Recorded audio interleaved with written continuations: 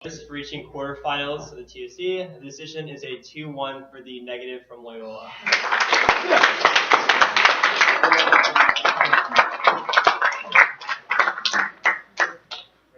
I was a squirrel, so I think the issue was for me, Chris, is a lack of a clarification of how like the jurisdiction. Oh, now I'm explaining out loud. So, there's a lack of clarification for how the jurisdiction voter function in terms of ROM's response, right? Because it seemed to me that there are like competing claims of like whether or not jurisdiction function in terms of like the original advocacy or what could be changed to vote on the shell, right? Because I think if that had been explained a little bit more in the 2NR, and I could probably understand if they did, if the other two judges voted on it, why they voted on it. I think just for me, the clarification wasn't enough to understand what like mitigatory links were sufficient for ROM to gain access to its fairness impact on that shell, right? And so I think since ROM does a better job explaining what is sufficient to take out jurisdiction, and he does that weighing both on that shell and the meta theory shell on the NC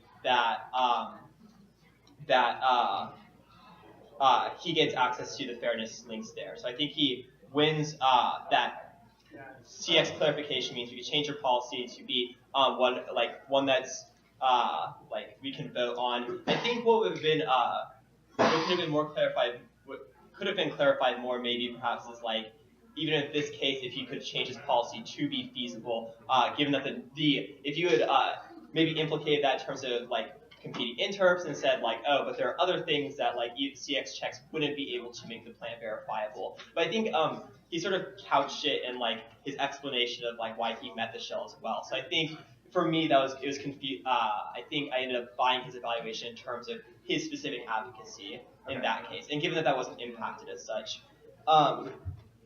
And so then on the meta theory shell, I just think I think it was smart of you to make the argument like that he didn't have an explicit counter interp, but I do end up siding with ROM on like the original framing of the interpretation and why that made it confusing, whether or not like he needed access to an explicit counter interpretation or not, right? Given that it's like sort of a paragraph theory shell in the NC, right? Like given that it's I think the issue for me is given that like how conventional it is for people to respond to paragraph theory in a way that doesn't involve a counter-interp anyways. I think that that would have made it just seemed like a maneuver that's probably non-conventional, and perhaps I think just for me would require more explanation of why, given that it's just a sort of a paragraph theory shell, why he would need a counter-interp to beat back that interpretation. Okay. So, yeah. Just a quick question. If it was like labeled as a separate off case, would that have made you more comfortable? Yes.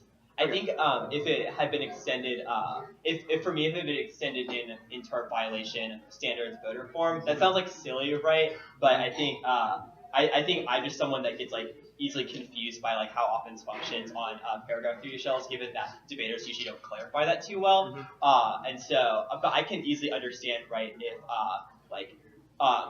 the other two judges disagreed with me on that issue. I just think for me, I would be more inclined, given that if I'm confused on how that offense functions, to just not exclude ROM's offense, given like how big the claim is. I would rather default to assuming he can get access to that. And so at that point, I think Chris, you're doing good weighing, but ROM does go for a framing issue that I think allows me to sort of tie up that debate, right? Because he sort of goes why negative use is uniquely worse, and so why his at least that's how I have it extended in the 2AR. Sorry, you look a little confused. I have that issue in the 1AR being extended in the 2AR about why he's winning a framing issue on what offense matters in terms of fairness. I also just think he's doing a pretty good job of responding to most of the arguments and doing more explicit weighing. So at that point, I think that he's winning both the shells, and so I just go off the extension of substance. Okay.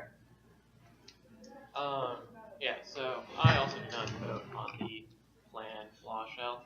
I think that Rob's definitely correct that you spend like a bunch of the top of the NR saying like don't let him do weighing because then he like can't respond to my weighing or something, but then you like don't really weigh jurisdiction, at least in my mind.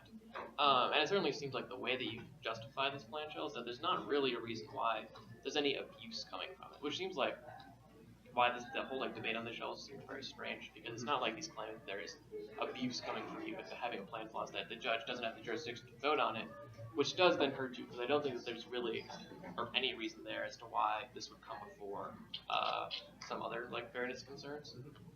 Doesn't really end up mattering though. The Rom's not going for theory. And I think that his argument that we could just resolve these clarifications in cross-examination, and then we get more substantive debate that like avoids this like whole theory problem, seems to really take out any possible offense we had with this. So I end up negating on like the meta theory argument coming out of the interview. I think that the issue is that probably the main issue is that it's very unclear like what arguments are responding to what in this area. I think that it's somewhat difficult. It's very difficult for me to flow this, partially because it's like written as a paragraph theory shell, so it's unclear like where the responses are all being applied to. But the analysis that I have coming from the NR seems to just be like more compelling on the issue about how the ability of the affirmative to read 1AR theory really skews it against the negative, because you have this like strategy skew problem where like you can collapse to all this stuff in the 2AR, and the neg doesn't really have the ability to hedge against that at all. And I have conceded weighing analysis coming from the NR that the strategy skew outweighs any other like sort of minor structural skew that the negative might be able to do to the affirmative, because it's always going to be a game over issue for the negative when that 2AR collapses into the 1AR theory, because the negative is not able to handle that much analysis and being able to split their time and stuff like that. I think that I have like analysis coming from you, Ram, in the 2AR on this issue about how this is still like probably still is problematic for the app, but I don't really see like specific responses on that. I think that he is just developing the arguments much more on that shell, and I think that you overinvest in the plan flaw theory debate and 2AR and undercover this part. Okay, so you don't buy the argument that it wasn't fleshed out as a voting issue in the one end, so Joe should be a reason to reject the shells. I reckon one here, but it doesn't. No, I think that because it seems like all the analysis he's giving, and like both of you have conceded that it should be drop the debater on this but theory. The warrants for drop the debater were app specific. At least from the shells I read. Well, I don't have. I mean, so that could have been true. But I still don't have the. I don't have that analysis being developed in the 2AR, and it just like is not there enough for me to make those cross applications. Okay. I think so there's two weighing arguments that I think first on the meta theory shell. I think that like now it's coming out of the meta theory shell saying that you can evaluate the 1AR positions is like he's winning that, and I think maybe it should be like read in like a shell format coming out in the last speech, but I don't think your answers to that are nearly sufficient. I have it flowed. It wasn't like 2 sentences. He like lists it as an underview. He doesn't say he doesn't say it's like a new shell, but it wasn't like a missed argument even nearly as small as something like a theory spike in an AC would be. I thought like the argument was like clearly caught that way. I think the weighing that he does for the meta theory stuff like comes first is like maybe winning. I think I can pull the trigger probably for him on that. But I feel like hesitant about doing that in the same reason, because I think there's like better developed arguments happening on the like plan flaw arguments. I disagree. I think that the plan flaw arguments do point out that there's still abuse coming out of the AC, because he's making predictability arguments that if your plan is like, so there's a couple of different ones. One of the ones that he makes is that you couldn't ever be implementing it if it isn't resolved, and like issues about that, and so then it seems like there's no offense for that. There's at least a risk that there's like a hard time answering it because he can't generate problems off of the implementation of it. He also says that what would it mean for like at this point for you to do it, because if we plan text replaces the resolution and you show that it just isn't the resolution, I don't know necessarily why he would have to win that there is abuse for for the win that there's like significant abuse for it to happen. If you're saying this is the new resolution, he wins an argument that this is not the resolution, and that means that he is the only one who could have a risk of offense on any other layer of the flow.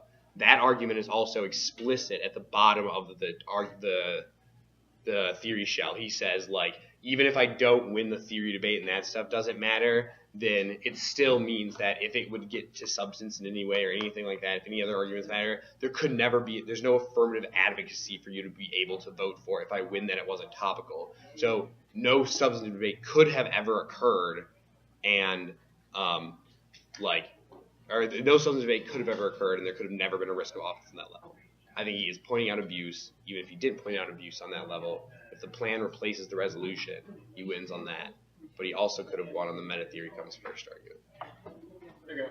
Do you think if I went for the plan flaw means becomes full res and then answer the meta theory shell? I think you need to answer the bottom at the argument in the bottom of that T shell analysis, saying like it goes to whole res after that. You need to give some type of analysis of if you show that there's no abuse, or if you show that like if you turn the shell like win offense, or show that there's no abuse, what does it look like to affirm anymore? Because the analytic under the bottom of the voter says that if he wins that your plan isn't topical, then there just isn't an affirmative advocacy at all. Even if it wasn't like unfair and uneducational, this is just like not a thing I could vote for. Okay. All right, got it. Thanks.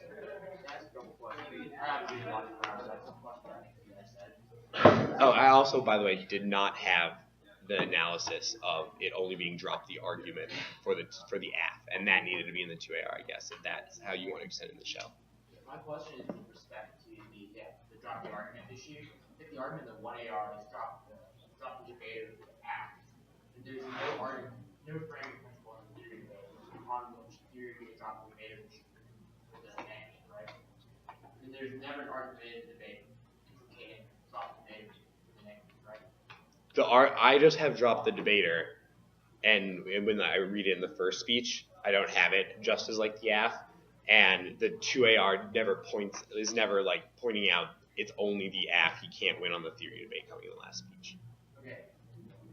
My second question would be, what is the text of the interpretation of the review?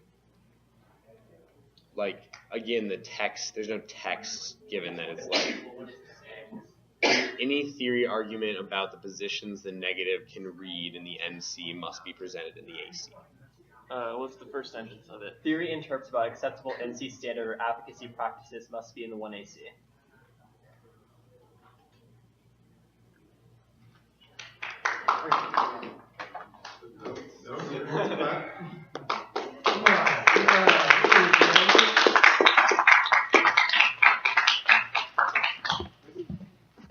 Ron, I know it's